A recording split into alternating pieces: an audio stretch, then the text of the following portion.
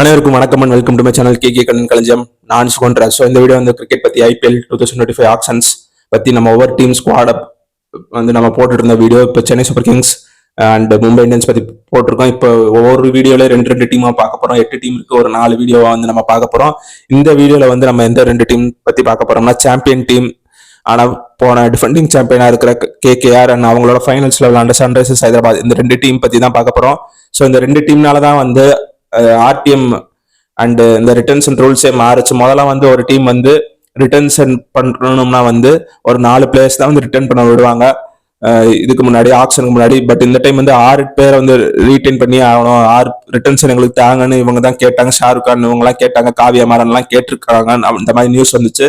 ஏன்னா வந்து இப்போ சாம்பியன் டீம் வந்து அவங்க இப்பதான் கப் அடிச்சிருக்காங்க. கப் அடிச்சோடனே அடுத்த வருஷம் நீங்க மெகா ஆக்ஷன் போட்டீங்கன்னா அந்த பிளேயர்ஸ் எல்லாம் வந்து போயிருவாங்க. ஸோ அவங்களால வந்து அந்த ஒரு கோர் டீமை வந்து செட் பண்ண முடியாது. ஸோ அதனால வந்து அவங்க கேட்டபடி இப்போ 6 ரிட்டர்ன்ஸ் கொடுத்தாங்க. 6ல வந்து நீங்க எத்தனை பேர்னால ரீட்டைன் பண்ணலாம், அது போக மிச்சம் இப்போ 6ல நீங்க 4 பேரை வந்து ரீட்டைன் பண்ணிட்டீங்கன்னா 2 RTM நீங்க யூஸ் பண்ணிக்கலாம். அந்த மாதிரி எல்லாம் ரூல்ஸ் எல்லாம் சொன்னாங்க. ஸோ இவங்க வந்து KKR டீம் வந்து நாங்கள் 6 பேருமே ரீட்டைன் பண்ணிட்டு எங்களுக்கு RTM வேணான்னு பண்ணியிருக்காங்க. ஏன்னா வந்து சாம்பியன் டீம் அவங்க வந்து அதனால அந்த கோரை செட் பண்ணியிருக்காங்க. இப்போ 11 பேர்ல ஒரு 6 பேர்னா பாதி டீமை வந்து செட் பண்ணிட்டாங்க. அதுவே அவங்களுக்கு போதும் தான். ஸோ இனிமேல் அவங்களுக்கு இதே ஃபார்ம் கண்டினியூ பண்ணுவாங்களான்றதை வந்து நம்ம வெயிட் பண்ணி பார்க்கணும். ஸோ இவங்க KKR டீம் வந்து யார் ஃபர்ஸ்ட் ரீட்டைன் பண்ணாங்கன்னு பார்ப்போம். அதே மாதிரி நம்ம SRH டீமுக்கும் பார்த்துருவோம். அதுக்கப்புறமா வந்து KKR டீம் யாரெல்லாம் எடுத்திருக்காங்க அண்ட் SRH டீம் யாரெல்லாம் எடுத்திருக்காங்க, KKR playing 11 and SRH playing 11, இதுதான் வந்து நம்ம ஃபர்ஸ்ட் பார்க்க போறோம். ஸோ KKR வந்து யாரெல்லாம் வந்து ரீட்டைன் பண்ணாங்கன்னா வந்து 6 பேர் வந்து ரீட்டைன் பண்ணாங்க.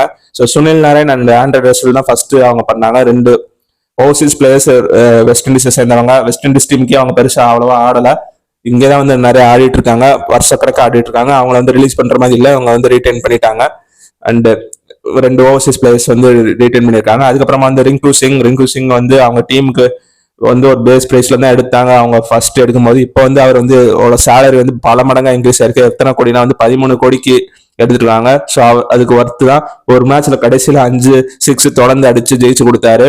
ஸோ அது மட்டும் இல்லாம நிறைய மேட்ச்ல அவர் வந்து அடிச்சு ஜெயிச்சு கொடுத்தாரு. அது மட்டும் இல்லாம இப்ப இந்தியன் டீம்லயும் அவர் எடுத்தாங்க. ஸோ வந்து T20ல நல்லா பண்ணிட்டு வராரு. ஸோ ஒரு நல்ல பினிஷர், ஒரு லெஃப்ட் ஹேண்டர் வேற. ஸோ அது வந்து அவருக்கு ஒரு அட்வான்டேஜ். அதுக்கப்புறமா வந்து யாரை ரீட்டைன் பண்ணாங்கன்னா வந்து ரமன்தீப் சிங், ஹர்ஷித் ராணா அண்ட் அதுக்கப்புறமா வந்து நம்ம தமிழ்நாட்டு பிளேயர் வருண் சக்கரவர்த்தி வந்து ரீட்டைன் பண்ணாங்க. கேப்டன் ஸ்ரேயஸ் ஐயரை வந்து விட்டுட்டாங்க. அவரை வந்து கேட்டிருப்பாரு, எனக்கு வந்து நான் எவ்வளவு கோடிக்கு போகணும்னு தெரியணும், நான் ஆக்ஷன்ல போனதான் தெரியும்னு. இவங்க ட்ரை பண்ணாங்களான்னு பார்த்தோம்னா வந்து பெருசா பண்ணல.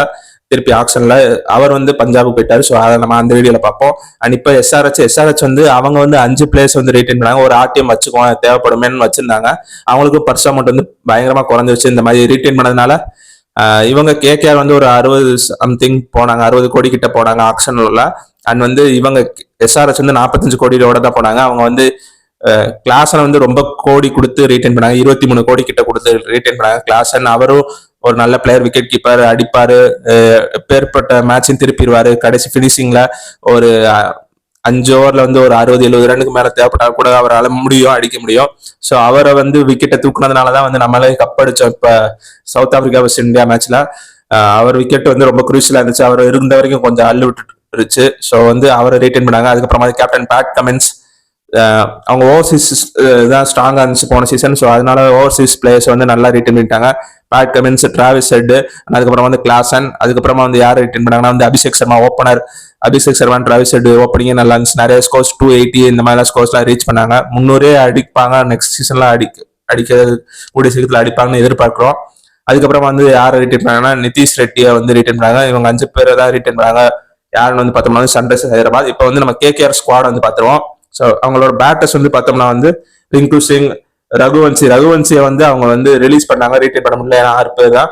அண்ட் வந்து அவரே திருப்பி எடுத்தாங்க, ஆக்ஷன்ல போனாங்க, ஆல் அவுட்டா. எனக்கு இவங்க வந்து RTMல பாதி டீமை செட் பண்ணாலும் அது போக ஆக்ஷன்லயே அதே பழைய பிளேஸ் எடுக்க நல்லாவே முயற்சி பண்ணாங்க KKR. ஸோ அந்த டீம் ஓரளவுக்கு செட் ஆயிடுச்சு. ரகுவன்சி, அதுக்கப்புறமா ரகானே, அவர் வந்து KKRல இருந்து சென்னைக்கு வந்து ரகானே 2.2 அப்படி இப்படிலாம் பண்ணாரு. ஒரு மேட்ச்ல வந்து KKRக்கு எதிராகவே நல்லா பண்ணாரு சென்னையில இருக்கும்போது. இப்ப KKR அதை பார்த்து அவர் திருப்பி எடுத்திருக்காங்க 1.5 கோடிக்கு. அதுக்கப்புறமா வந்து மணிஷ் பாண்டே பேட்டர்ஸ் லிஸ்ட்ல இருக்காங்க. அதுக்கப்புறம் வந்து விக்கெட் கீப்பர்ஸ் லிஸ்ட்ல வந்து இவங்களுக்கு யார் இருக்காங்கன்னா வந்து டிகாக் எடுத்திருக்காங்க. குவிண்டன் டிகாக் ஒரு நல்ல பிளேயர். அவர் வந்து LSGல இருந்து இங்க வந்திருக்காரு. இவருக்கு வந்து மும்பை இந்தியன்ஸ் போயிருக்கலாம், பட் போக முடியல. அவர் எடுத்திருக்காங்க. ஒரு லெஃப்ட் ஹேண்டர் வேற ஓப்பனிங்ல வந்து இறங்கலாம். இவரும் சுனில் நாராயணும் இவரும் ஓப்பனிங்ல இறங்கலாம். பிளேயிங் 11 அப்புறமா சொல்றேன். அதுக்கப்புறம் வந்து ரகுனுல்லா குர்பாஸ் அவரும் எடுத்திருக்காங்க. விக்கெட் கீப்பிங் ஆப்ஷன்ஸ் இருக்கு. அதுக்கப்புறமா வந்து இன்னொரு wicket keeper Indian wicket keeper எடுத்திருக்காங்க. ஒருத்தர் பேஸ் பிரைஸ்க்கு ஒரு யங்ஸ்டரை. அவர் வந்து கர்நாடகா சேர்ந்தவர். அவர் யாருன்னா வந்து லுவனித் சிசோதியா அவரை வந்து எடுத்திருக்காங்க.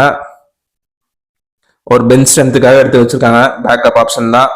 அதுக்கப்புறமா ஆல்ரவுண்டர்ஸ் இவங்ககிட்ட நிறைய பேர் இருக்காங்க. சுனில் நாராயண் இருக்காரு, ஆண்ட்ரே ரசல் இருக்காரு, ஒரு ஃபினிஷிங் கொடுப்பாரு. ஆண்ட்ரே ரசல் ரீட்டைன் பண்ணாங்க, ரமன்தீப் சிங் ரீட்டைன் பண்ணாங்க. அதுக்கப்புறமா வந்து வேற யாருன்னா ரோமன் போவல், வெஸ்ட் இண்டியன் பவர் தான். சுனில் நாராயண், ரசல், பவல் இருக்காங்க. அப்புறம் நம்ம சிஎஸ்கேல இருந்து இன்னொருத்தர் இங்க யார் போயிருக்காங்கன்னா வந்து மொயின் அலி, ரகானே அண்ட் மொயின் அலி இங்க போயிருக்காங்க. ஸோ வந்து அவர் போயிருக்காரு. வெங்கடேஷ் ஐயர் வந்து பெரிய தொகைக்கு எடுத்திருக்காங்க. ஸோ அவரை தான் கேப்டனா போடுவாங்களான்றதை நம்ம வெயிட் பண்ணி பார்க்கலாம். இன்னும் அஃபிஷியலா வரல. 23.75 கோடிக்கு எடுத்திருக்காங்க. இதுக்கு அவங்க ரீட்டைனே பண்ணிருக்கலாம். பட் வந்து அவங்க வேற சில பிளேஸ் யாரை ரீட்டைன் பண்றது யாரை விடுறதுன்னு தெரியாம இவரை நீ போப்பா நான் ஆக்சன்ல அவங்கள ட்ரை பண்றோம் அப்படின்னு ட்ரை பண்ணாங்க. இவருக்கு ஆர்சிபின்னு ட்ரை பண்ணாங்க. நிறைய பிளேயர்ஸ் வந்து நிறைய இந்த பிளேயர் எடுக்கிறதுக்கு நிறைய டீம்ஸ் வந்து ட்ரை பண்ணாங்க. அண்ட் ஃபைனலி கேகேஆர் எடுத்துட்டாங்க 23 கோடிக்கு. நிறைய காம்படிஷன் இருந்துச்சு இவருக்கு, ஒரு ஆல்ரவுண்டர். ஆனா இவர் வந்து பார்த்தோம்னா இந்தியன் டீம்ல பெருசா ஆட மாட்டார், கேகேஆருக்கு தான் ஆடுவாரு. அண்ட் கேகேஆருக்குமே வந்து கடைசியில கொஞ்சம் போன ஃபைனல்ஸ்ல ஒரு நல்ல அடிச்சு கொடுத்ததுனாலதான் அவரை நம்பி எடுத்திருக்காங்க கேகேஆர் டீம். கேப்டனா கூட ஆக வாய்ப்பு இருக்கு. அதுக்கப்புறமா வந்து அங்குல் ராய் எல்லாம் பேஸ் பிரைஸ்க்கு எடுத்திருக்காங்க. அண்ட் பவுலர்ஸ் வந்து பார்த்தோம்னா பவுலர்ஸ் வந்து வருண் சக்கரவர்த்தி ரீட்டைன் பண்ணாங்க, ஹர்ஷித் ராணா ரீட்டைன் பண்ணாங்க. அவர் இப்ப இதுலலாம் கூட நல்லா பண்ணிட்டு இருக்காரு டெஸ்ட் மேட்ச்ல. அதுக்கப்புறமா வந்து வைபவ் அரோரா, மயங்க் மார்க்கண்டு எடுத்திருக்காங்க பேஸ் பிரைஸ்ல. ஒரு நல்ல பிக்கு. அவர் ஒரு அண்டர் ரேட்டட் பிளேயர், நல்லாவே பண்ணுவார். மும்பை இந்தியன்ஸ்க்கு இருந்தாரு, அப்புறம் நிறைய டீம்ஸ்க்கு போயிட்டு இருந்தாரு. அப்புறம் பெஞ்சில் இருந்தார் கொஞ்ச நாள். அப்புறம் இப்போ எடுத்துக்காங்க. ஒரு சான்ஸ் கிடைக்குமான்னு பார்க்கணும். ஏன்னா வருண் சக்கரவர்த்தி வேற இருக்காரு, பார்ப்போம். அதுக்கப்புறம் வந்து உம்ரான் மாலிக் ஒரு நல்ல பிக்கு இவங்களுக்கு. ஆண்ட்ரிக் நார்கியா இருக்காரு இவங்களுக்கு. ஆண்ட்ரிக் நார்கியா அண்ட் ஸ்பென்சர் ஜார்சன் இருக்காங்க பவுலர்ஸ். ஸோ அடுத்து வந்து நம்ம அப்படியே வந்து நம்ம எஸ்ஆர்ஹெச்சோட ஸ்குவாடை பார்த்துருவோம். அண்ட் ரெண்டு டீமோட பிளேயிங் 11 வந்து சேர்த்தே சொல்றேன். ஸோ இப்போ வந்து எஸ்ஆர்ஹெச் டீம்ல வந்து அவங்களும் ஒரு ஃபைனல்ஸ் வரைக்கும் போனாங்க, நிறைய ஸ்கோர் அடிச்சாங்க. ஆனால் ஃபைனல்ஸ் வந்து ஒன் சைடாக போச்சு. ஓவர் கான்ஃபிடன்ஸ் என்னன்னு தெரியல. சேப்பாக்கில் தான் நடந்துச்சு. ஒரு லோ ஸ்கோரிங் கேம். கேகேஆர் வந்து அசால்ட்டாக ஜெயிச்சிட்டாங்க. இது பார்த்தோம்னா வந்து 25 பிளேயர்ஸ் எடுக்கலாம், அண்ட் மினிமம் 18 இருக்கணும். ஆனால் இவங்க 20 பிளேயர்ஸ் தான் எடுத்திருக்காங்க. ஏன்னா அமௌண்ட்டும் கம்மி. ஒரு சில பிளேஸ்க்கு நிறைய அமௌண்ட் போனதுனால வந்து அவங்களால 25 ஃபுல்ஃபில் பண்ண முடியல. பட் வந்து ஓரளவுக்கு ஸ்குவாட் வச்சிருக்காங்க. ஸோ இவங்களோட பேட்டர்ஸ் வந்து பார்த்தோம்னா வந்து அபினவ் மனோகர் எடுத்திருக்காங்க. ஸோ அவர் ஒரு நல்ல பிளேயர் தான், குஜராத்துக்குலாம் இருந்தாரு. அதுக்கப்புறமா வந்து அதர்வா டைடே எடுத்திருக்காங்க, சச்சின் பேபி, அன்கித் வர்மா எடுத்திருக்காங்க. விக்கெட் கீப்பர்ஸ்ல வந்து கிளாசன் இருக்காரு. அதுக்கப்புறமா வந்து இஷான் கிஷான் எடுத்திருக்காங்க. கிளாஸ்ல இருக்கும்போது இஷான் கிஷான் எடுத்தாங்கன்னு தெரியல. பட் வந்து அவங்களோட பேட்டிங் லைன் இப்போ வந்து பார்த்தோம்னா வந்து நான் சொல்றேன், ஒரு 5 பிளேயர்ஸ் வந்து கன்னா இருக்காங்க. எஸ்ஆர்ஹெச் வந்து முன்னாடி ஒரு 2-3 சீசனுக்கு முன்னாடிலாம் வந்து பவுலிங் ஃபேமஸ். அவங்க புவனேஸ்வர் குமார், நட்ராஜன் இவங்கலாம் இருந்தாங்க. இப்போ 2 பேருமே இல்லை. பட் இப்பயும் அவங்க பவுலிங் ஸ்ட்ராங்கா தான் இருக்கு. அதுக்கு காரணம் வந்து இப்போ சொல்றேன், பேட் கமின்ஸ் இருக்காரு, இவர் இருக்காரு, முகமது ஷமி இருக்காரு. ஸோ ஆல்ரவுண்டர்ஸ்ல வந்து அவங்களுக்கு பேட் கமின்ஸ் இருக்காரு, நிதிஷ் ரெட்டி இருக்காரு. நிதிஷ் ரெட்டி ரீசெண்டா கூட இந்தியாவுக்காக விளாண்டாரு, டெபியூ பண்ணாரு, ஒரு நல்ல ஸ்டார்ட் கொடுத்தாரு. அபிஷேக் சர்மா இருக்காரு. அதுக்கப்புறமா டிராவிஸ் ஹெட். அப்புறமா இங்கிலாண்டை சேர்ந்த ஒரு ஆல்ரவுண்டர் எடுத்திருக்காங்க, பிரைடன் கார்சேன் எடுத்திருக்காங்க. அதுக்கப்புறமா வந்து ஸ்ரீலங்காவை சேர்ந்த கமிண்டு மெண்டிஸ், அர்ஷல் பட்டேல் வந்து ஒரு பவுலிங் ஆல்ரவுண்டர்னு சொல்றாங்க. பேட்டிங் தேவைப்பட்டா பண்ணுவாரு கொஞ்சம். அண்ட் பவுலர்ஸ்ல வந்து ஒரு ராகுல் சவர் எடுத்திருக்காங்க, ஒரு நல்ல பிக்கு. அதுவும் வந்து ஒரு கம்மியான பிரைஸ்ல வந்து எடுத்திருக்காங்க. ராகுல் சவர் 3.2 crores எடுத்திருக்காங்க. அதுக்கப்புறமா ஜெய்தேவ் உன்னாட்கட் இருக்காரு, ஒரு லெஃப்ட் ஆர்ம் பவுலர். அப்புறம் சிமர்ஜித் சிங், அவரும் சிஎஸ்கே சேர்ந்தவர். சிஎஸ்கேல இருந்து நிறைய பேர் போயிட்டாங்க. ஆக்ஷனாலே ஒரு டீம்ல உள்ளவங்க இன்னொரு டீமுக்கு போவாங்க, இன்னொரு டீம்ல உள்ளவங்க இங்க வருவாங்க. அதுக்கப்புறமா வந்து நிறைய பவுலர்ஸ் வந்து எடுத்திருக்காங்க. ஆடம் சாம்பா, ராகுல் சவர் 2 பேருமே ஒரு நல்ல பிளேயர்ஸ். ஒரு ஓவர்சீஸ் அண்ட் இந்தியன் ஆப்ஷன் இருக்கு அவங்களுக்கு. அதுக்கப்புறமா வந்து ஈஷான் மலிங்கான்னு பேர் வச்சிருக்காரு, நல்ல பிளேயரா இருப்பான்னு நினைக்கிறேன். முரளிதரன் கூட சொல்லியிருக்கலாம் போல, ஸ்ரீலங்கா சேர்ந்தவர். அதுக்கப்புறமா வந்து ஷீஷன் அன்சாரின்னு ஒரு இந்தியன் பவுலர் வந்து பேஸ் பிரைஸ்க்கு எடுத்திருக்காங்க. ஸோ இதான் வந்து இவங்களோட ஸ்குவாடு. இவங்க வந்து ஒரு 20 பிளேயர்ஸ் தான் எடுத்தாங்க. இப்போ வந்து 2 டீமோட பிளேயிங் 11 வந்து பார்ப்போம். ஃபர்ஸ்ட் வந்து கேகேஆர் சாம்பியன் டீம், அவங்கள இருந்து ஆரம்பிப்போம். இவங்க டீம்ல கேப்டன் இப்போதைக்கு யாருன்னு தெரியல. நான் வெங்கடேஷ் ஐயரை கேப்டன் வச்சு சொல்றேன். ஸோ வந்து இவங்களோட பிளேயிங் 11 வந்து பார்த்தோம்னா வந்து ஓப்பனிங்ல வந்து Sunil Narayanan, Quinton de Kock opening இறங்குவாங்க. 2 ஓப்பனர்ஸ் ஓவர்சீஸ் அவங்களே போயிடுவாங்க. அதுக்கப்புறமா வந்து நம்பர் 3ல வந்து ரகானே வந்து நான் வந்து பேட் பண்ண வைப்பேன். ஸோ வந்து அவர் ஒரு நல்ல பிளேயர், கொஞ்சம் ஸ்டெபிலிட்டி கொடுப்பாரு. அதுக்கப்புறமா வந்து நம்பர் 4 வந்து கேப்டன் வெங்கடேஷ் ஐயர் இருக்காரு.